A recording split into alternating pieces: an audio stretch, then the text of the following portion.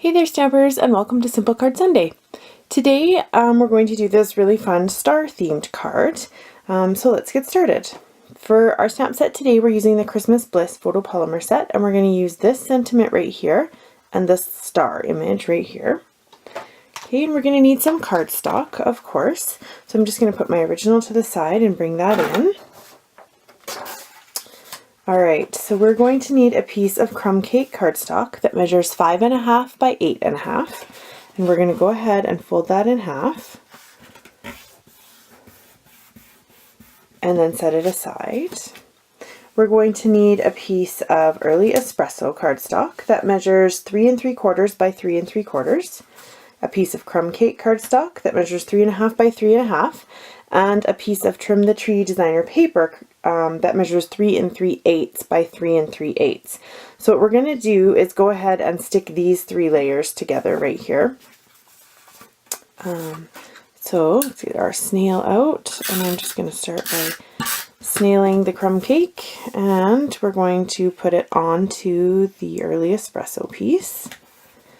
Okay, and then we're going to put some snail on the back of the Trim the Tree designer paper, and we're going to stick that down on the layers as well. Alright, so we're done with this piece. I'm going to set this piece aside because we don't need it for a while. I do want to talk a little bit about this star here right now.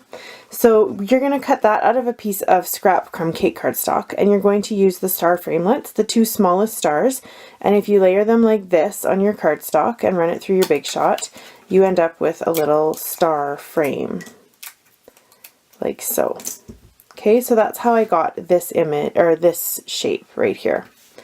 Alright, so I'm going to put those framelets off to the side as well, and we're going to start doing some stamping. So I'm going to pull my card base back in, and I'm going to grab some crumb cake cardstock, or not cardstock, ink, and my star stamp. Now I'm going to go ahead and stamp it all over the background, and I stamped it off once on my scrap paper just because I didn't want it to be super dark image all the way around the card. You could absolutely do it like that if you wanted to.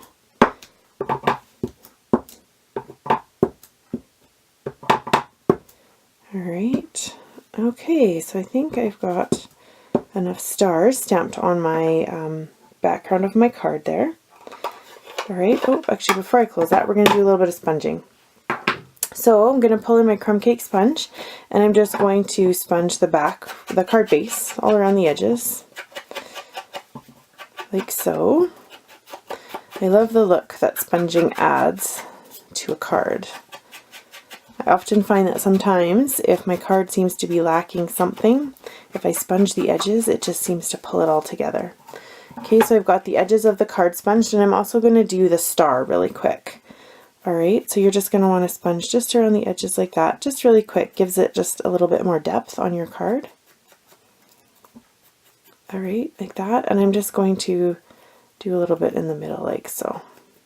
Okay, so I've got my star sponged, I've got my card sponged. I can go ahead and put my crumb cake ink away. So we're just going to put that over there.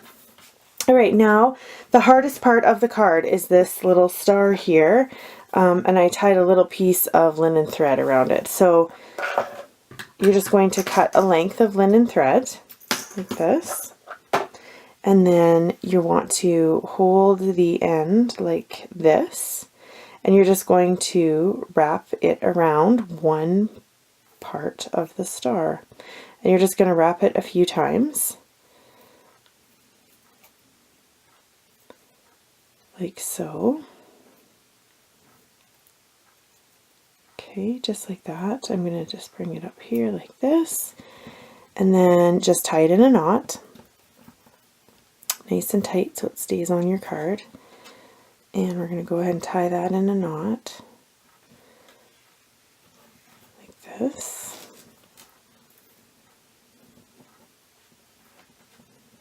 Alright, whoops. Okay, there we go. So we have our knot. All right, so our star is done. So it's not that difficult. It's just a little bit finicky. I'm just going to trim the tails of my linen thread here. Okay, so my star is done. I'm going to bring back in this piece that we worked on, and I'm going to stick it to the base of the card. So again with the snail, and we're going to stick it up near the top over here, just like this. Okay, and then we're going to do our sentiment. So we're going to pull in some early espresso ink and the stamp from the Christmas Bliss stamp set again. Okay, and we're just going to go ahead and stamp that down right about here. Not quite in the middle, just a little off center, just like that. Okay, so that's all we need this early espresso ink for, so I'm going to put that aside too. Okay, so now what we're going to do is we're going to put our star onto our card. Okay, and I'm going to do that with dimensionals, and I just want to show you what I've done ahead of time.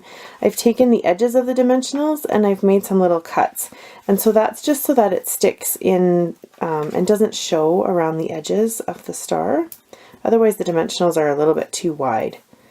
Okay, and up near the point they seem to hide the best, so I just used 3 and stuck them around like this. Okay, just like that, and then we're going to go ahead and peel the backing off. I think that the edges of your dimensionals are kind of like a bonus. So you get 300 dimensionals in a pack, plus all the edges that you can use for all kinds of fun stuff.